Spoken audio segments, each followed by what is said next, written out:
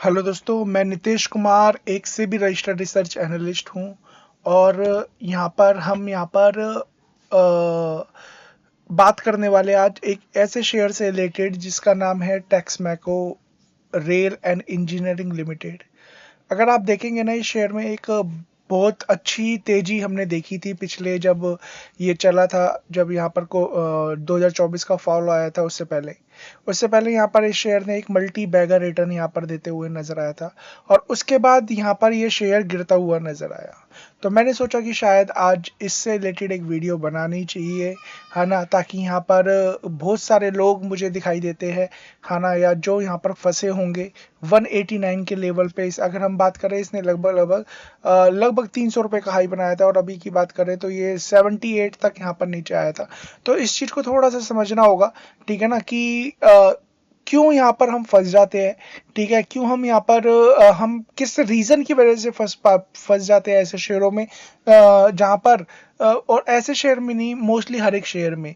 ठीक है ना, क्योंकि हर एक शेयर का ना एक साइकिल होती है, जो मैं इस वीडियो में समझाने की कोशिश करूंगा। होप आपको वो चीजें समझ में आए, है ना। लास्ट तक वीडियो में देखिएगा, समझिएगा। टेक्स्ट मैको से रिलेटेड बातें भी करेंगे, चार्ट से रिलेटेड बातें करेंगे कि चार्ट यहाँ पर क्या कह रहा है ना। तो आइए वीडियो में आगे बढ़ते हैं, बट उससे पहले रिक्वेस्ट है कि आप हमारे channel I am small cap investor को सब्सक्राइब, बेल आइकन को हिट, ऑल के नोटिफिकेशन को ऑन कर लीजिए। बाइंग सेलिंग की रिकमेंडेशन नहीं है, अपने फाइनेंशियल एडवाइजर खुद की स्टडी करना, चीजें सीखनी है, समझनी है। उसके लिए वीडियोज है, जाके देखिए। बहुत सारी वीडियोज हमने यहाँ पर बना रखी है, अलग अलग शेयर से रिलेटेड, मार्केट से रिलेटेड, कि यहाँ पर मार्केट में एग्जैक्टली है क्या, किस तरीके से मार्केट चल रही है। अब हम यहाँ पर, और अगर आप सीखना चाहते हैं बहुत अच्छे तरीके, देखिए, जैसे मैं बता चुका हूँ कि मैं इससे भी रजिस्टर्ड रिसर्च एनालिस्ट हूँ। ये हमारा रजिस्ट्रेशन नंबर है, ये हमारी वेबसाइट है flexicapresearch.com। आप जाएंगे, FLEXICAP RESEARCH.com, है ना, flexicapresearch.com। तो यहाँ पर क्या है, आप हमारे इस trading style as well as हमारे बारे में जान पाएंगे, और हमारे कोर्सेज जो हम बड़े सस्ते में ऑफर कर रहे हैं, ठीक है ना, 7-7 हज़ार रुपये में टेक्निकल, फंडामेंटल, बहुत सारी चीजें इसमें इंक्लूड रहेगी। साथ में पूरे 11 हज़ार रुपये के बंडल में तो ले जाइए, ठीक है ना। 2 महीने का ग्रुप ये वाला फ्री दे रहा हूँ, ठीक है, जो हमारा मोमेंटम ट्रेडिंग प्लान है, जिसमें हमारे क्लाइंट्स शामिल है। स्विंग ट्रेड का प्लान जो कि 31 हज़ार रुपये में अनलिमिटेड स्टॉक, जो कि कोई देता ही नहीं है। मोस्ट वैल्यूएबल प्लान यहाँ पर ये नजर आता है। 51 हज़ार रुपये में हम यहाँ पर दूसरा प्लान दे रहे हैं, जिसमें लॉन्ग टर्म की पिक्स है और लॉन्ग टर्म प्लस में स्विंग दोनों खेलना है। तो इसके लिए 61 हज़ार रुपये में, जो कि टोटल बनता है 82,000 रुपीज, बस सस्ते में हम यहाँ पर दे रहे हैं। तो जाके चेकआउट करें flexicapresearch.com। अदरवाइज 81698860540501 इस नंबर पे कांटेक्ट करके, डिस्क्रिप्शन में नंबर, लिंक सब दे रखे हैं, तो आप जाके चेकआउट कर सकते हैं। आगे बढ़ते हैं। टेक्समैको रेल, देखिए, जब रेल के जितने भी स्टॉक्स थे ना, जब आरवीएनएल भाग रहा था, फिर उससे बात करें हम, रेलटेल भागता हुआ नजर आ रहा था, यहाँ पर टीटागढ़ रेलवे भागता हुआ नजर, जहां पर रेल लिखा रहता था ना, वो सारे स्टॉक्स भागते हुए नजर आ रहे थे। Same as it is Texmaco rail भी उनमें से एक शेयर था, ठीक है ना। बात करूं मैं खुद पर्सनली, तो पर्सनली मैंने यहाँ पर इस पर्टिकुलर लेवल पे मैंने ट्रेड किया था, ठीक है। अब आगे बढ़ते हैं, तो हम यहाँ पर बात करते हैं। उसके बाद इस एक शेयर में टॉप बनाया, टॉप बनाने का लगातार गिरावट है, जहां पर मोस्टली स्टॉक्स हम देखेंगे कि मार्केट में के साथ साथ रिकवर हो गए हैं, या थोड़ा बहुत ही रहे हैं, कि या फिर और भी ऊपर जा चुके हैं।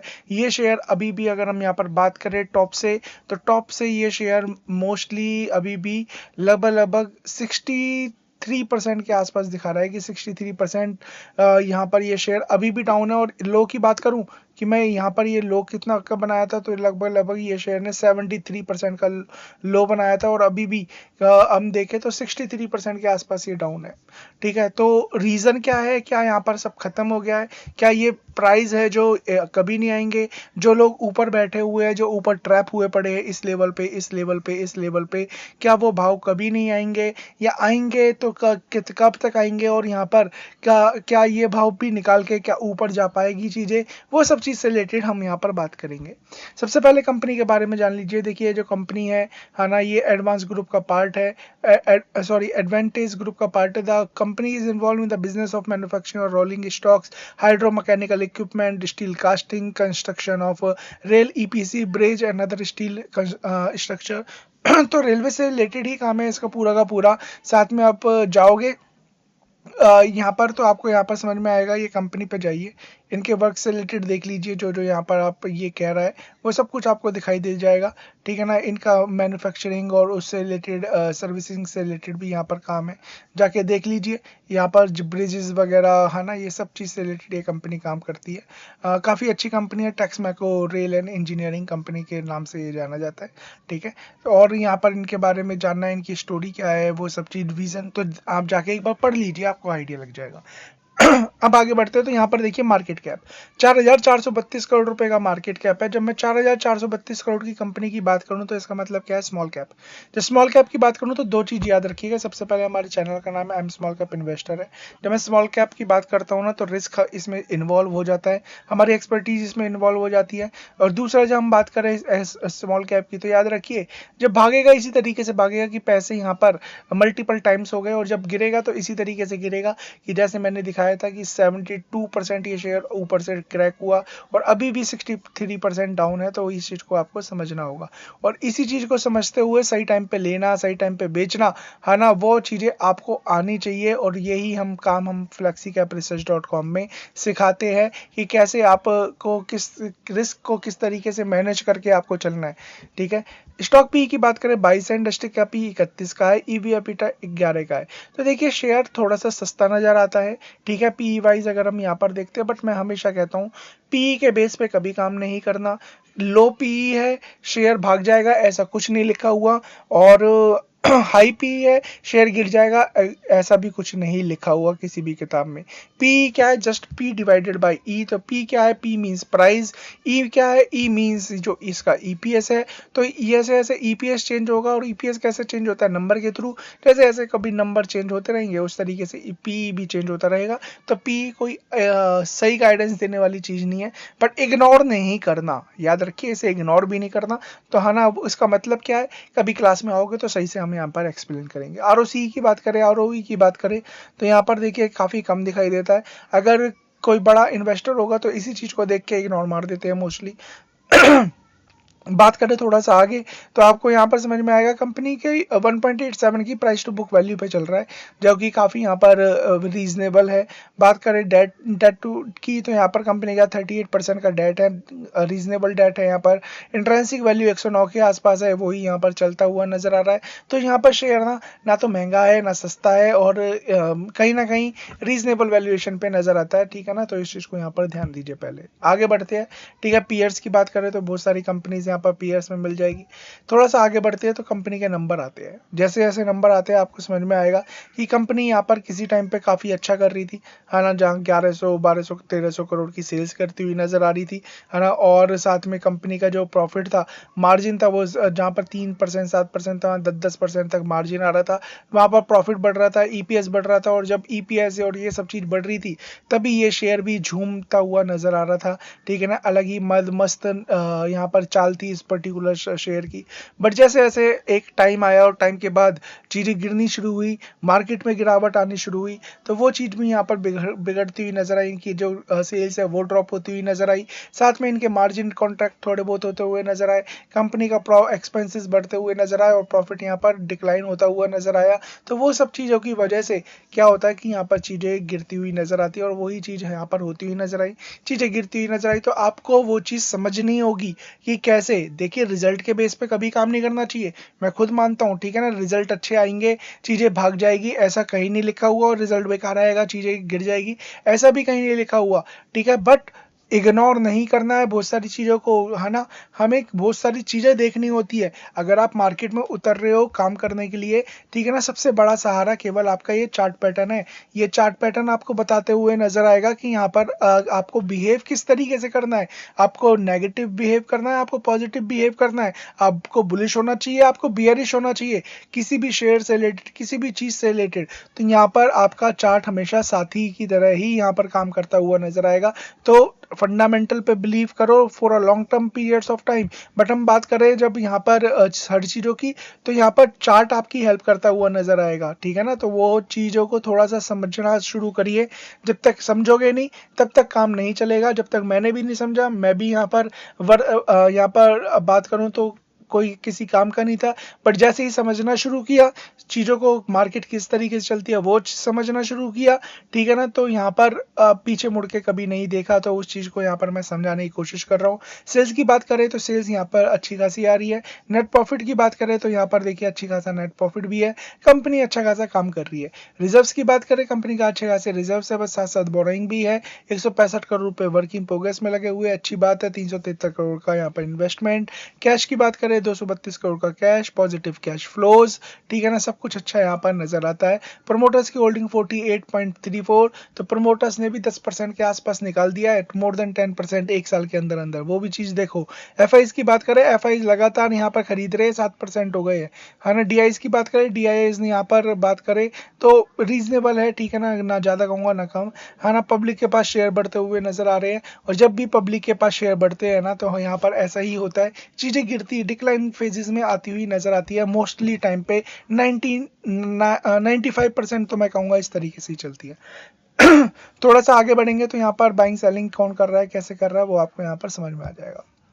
तो फंडामेंटल की अभी अगर मैं बात करूं, तो अगर मैं इस क्वार्टर को यहाँ पर कंपेयर करूं तो यहाँ पर आपको समझ में आएगा ईयरली बेसिस पे ड्रॉप है ना, रेवेन्यू में।